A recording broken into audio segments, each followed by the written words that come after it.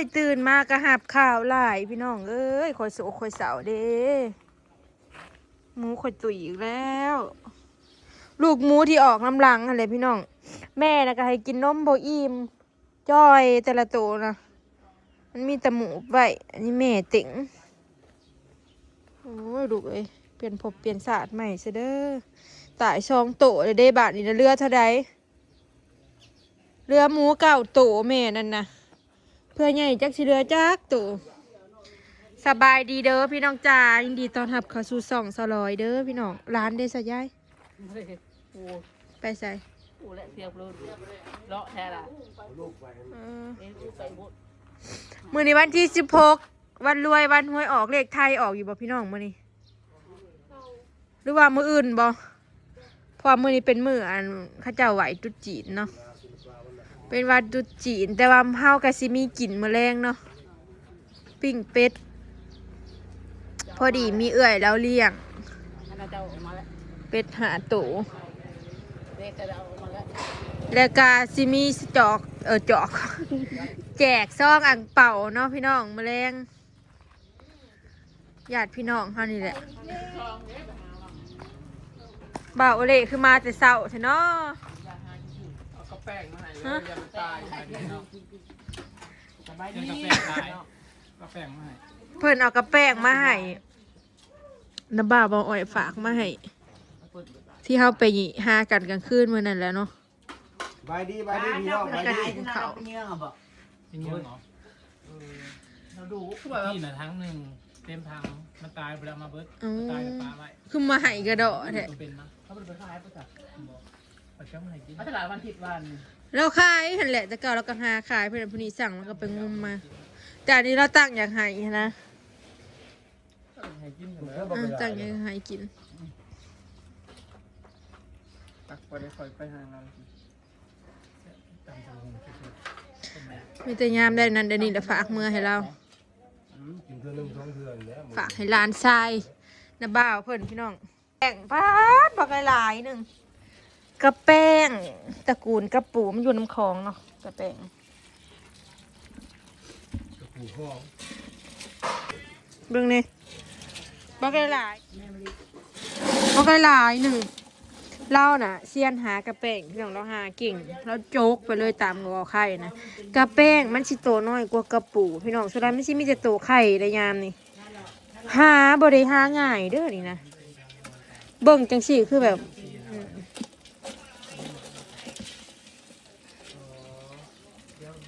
ข้าเจ้าต่ำใส่หมักฮงใส่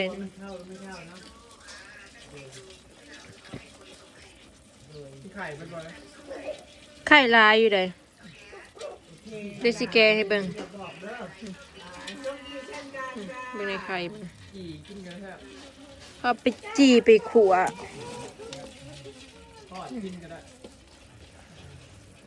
ทอดเนาะตอนเที่ยงเนาะ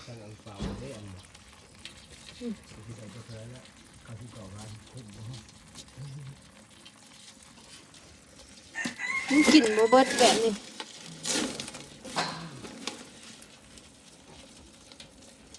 ปลาแหล่อยู่เทียงอยู่ป่ะเนาะจะชิเบงเห็นปลาแหล่นี่เห็ดทงไปขายติมเอาไว้ซ้ำกินมันตายไว้เลยฉันกลับไปแจกญาติพี่น้องยังไงไข่กระแป้งไข่เกือบทุกโตพี่น้องตายไว้เลยนี่นะข้าเจ้าขายทงละ20 บาทมีอยู่20 โต22 โตนี่นะ20 โตตัวละบาทพี่น้องผมหาเนี่ย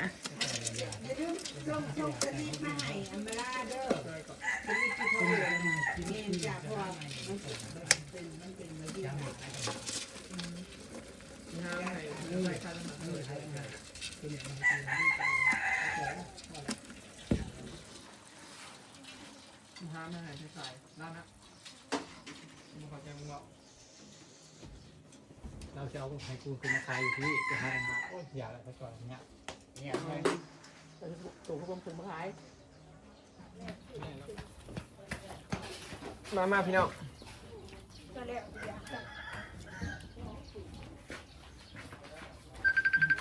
มอเล่มาติดเสายังกับแป้งตายขนาด ใต้เรามีกินมาแซ่บเลย โดยแม่มะลิ อะไรจ๊ะ โดยว่าเนี่ยเดี๋ยวเขาเบิ่งกันเด้อ แกบอกว่าส่งแล้ว อ๋อเห็นแล้วแม่มะลิเข้าแล้วจ้า โอเคบาย ขอ บบาย ขอบคุณแม่มะลิมาหลายๆเด้อ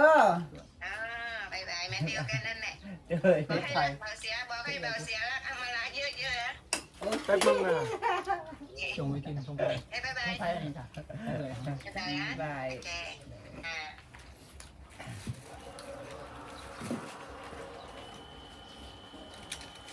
เวลาจงว่าดีมาตรงกันอยากมาอยากทางซื้อหมูจงไว้เอา มันมีรุ่นใหม่บ่ ยังน้อย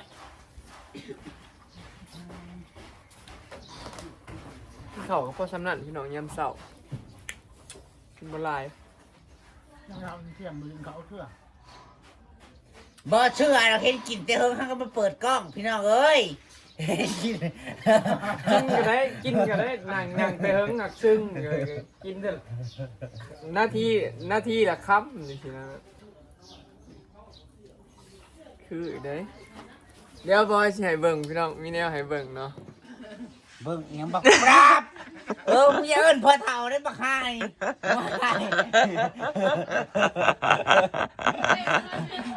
ไปเลเซอร์พี่น้องไปเลเซอร์แต่กันคนแต่มันก็นั่งขึ้นอยู่ไปเลเซอร์กับเจชี เบิ่งซูมให้เบิ่งเลเซอร์มาแล้วเดี๋ยวนี้ เลเซอร์ จักหน่อย เถื่ออะไรนี่ทู เถื่อแล้ว อะไรทุกเถื่อแล้วเหลืออีก3เถื่อ สิ่งที่เล่าแบบขาดบ่ได้ที่สุดในชีวิตที่ขาดบ่ได้เลยพี่น้อง นอกจากผู้บ่าวแล้วนอกจากกามีนี่แหละนี่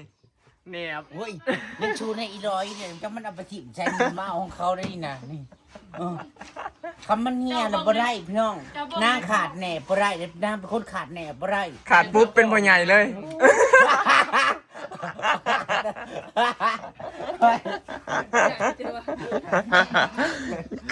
ขาดมือหนึ่งรอบหมดบลกมือหนึ่งตื่นมายันเป็นพ่อใหญ่หิว คืนเป็นยังถึงเกาะจู ปากเป็นสเต๊แต่พี่น้องลูกเคยเจ้าร้านเคยเจ้านี่ไผก็ว่ามากบ่อยแซวไม่เท่า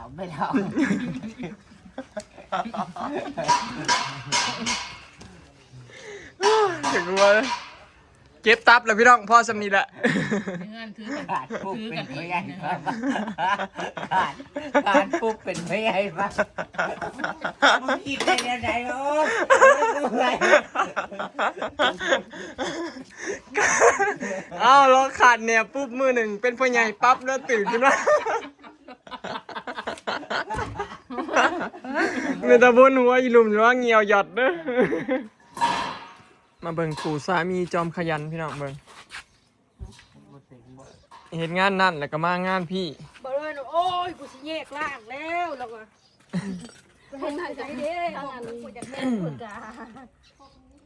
คอกหมูกูกับประเทศเหรอ คงไว้เพชรประตูให้รอบไม่อยู่หรอกนะ ตะกี้ว่าทั้งนั้นหมู่เพิ่นผู้ไปเฮ็ดงานเพิ่นก็โทรมาว่าไปเฮ็ดงานบ่ได้ไปว่าบ่ว่าง เห็นงานอยู่ใส่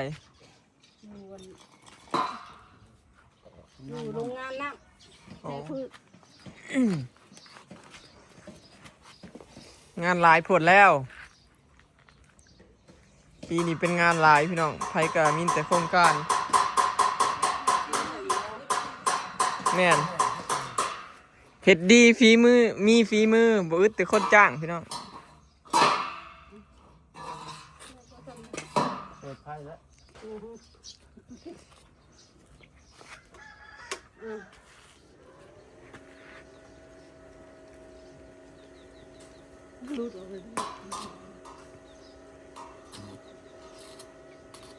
จากสร้างเฮ็ดเฮือนไม้กลายเป็นสร้างเหล็กพี่น้องพอเจริญบาดนี้ จากอันนั้นนี่สิได้สงสัยต่อไปคือสิได้เฮ็ดแต่งานเล็กแหละบัดนี้เฮาว่า คือสิได้เฮ็ดงานแบบโครงเล็กแล้วแหละ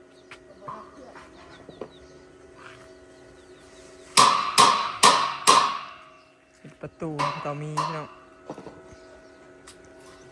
เบิ่งม่วนนั้นผายางเขาอำลาบซื้อมา4เกาะปูบ่อเพิ่น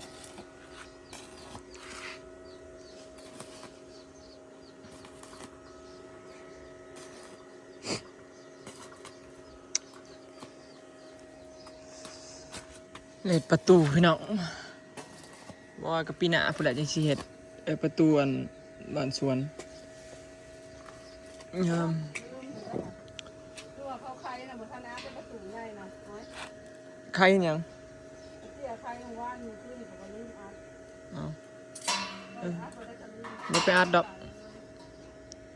ที่ทางงัวเขาเอาแซมไปบ้านบ่ได้ทำข่าวไป ไผก็ไปไขประตูหัวข่อยแล้วก็บ่อัดให้งัวเขาไปกินต้นไม้ข่อยเบิด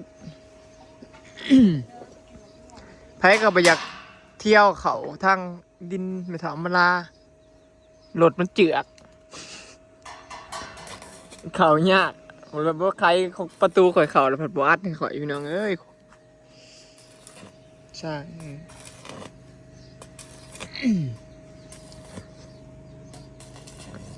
ตูบบอลนั่นแล้วพี่น้องเทพื้นแล้วเนาะเรือแต่ย่อมาแล้วมาตั้งแล้วก็สิใส่แป้นแล้วก็ใส่หลังคาแล้วก็จบเนาะก็ถือว่าเสร็จแล้วเรียบร้อย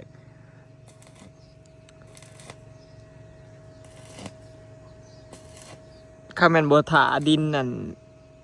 บ่ถารถจกดินเอาดินมาถมให้นะคือสิแล้วแต่เฮิงแล้วว่าถ่าจัก2-3 มื้อว่าคันบ่เห็นมาจังสิเฮ็ดอันนี้พี่น้องไม่แล้วผัดบ่มาเลยเดี๋ยวนี้เขาเว้า3-4 มื้อว่าสิมาสุดท้ายก็บ่ได้ดินถม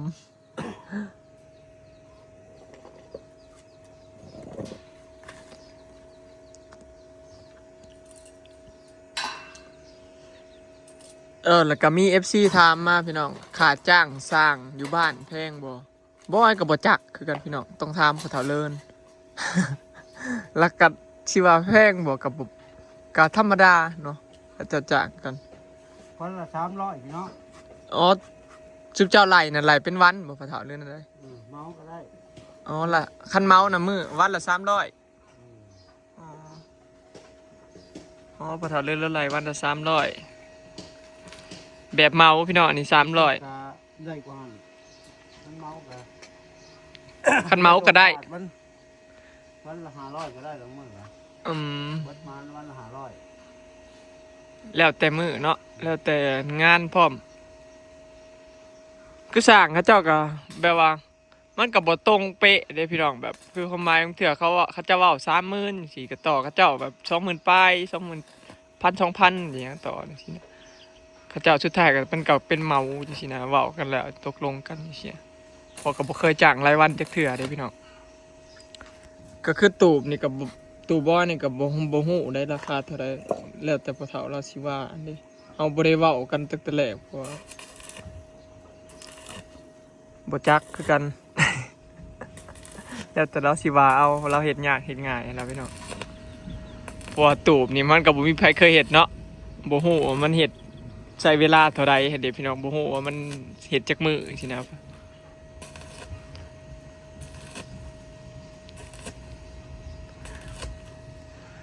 ถ้าเดินเห็ดนี่พอดีมือนี้มิดมือที่2เราเห็ดสิแล้วแหละจอดนี้แล้วเราก็ใส่ล่อแล้วก็ไปใส่ได้เลยโอเคเนาะพี่น้องคลิปนี้ก็สิขอเก็บภาพบรรยากาศให้ซ้ำนี้เด้อเนาะพี่น้องไปแล้วสบายดี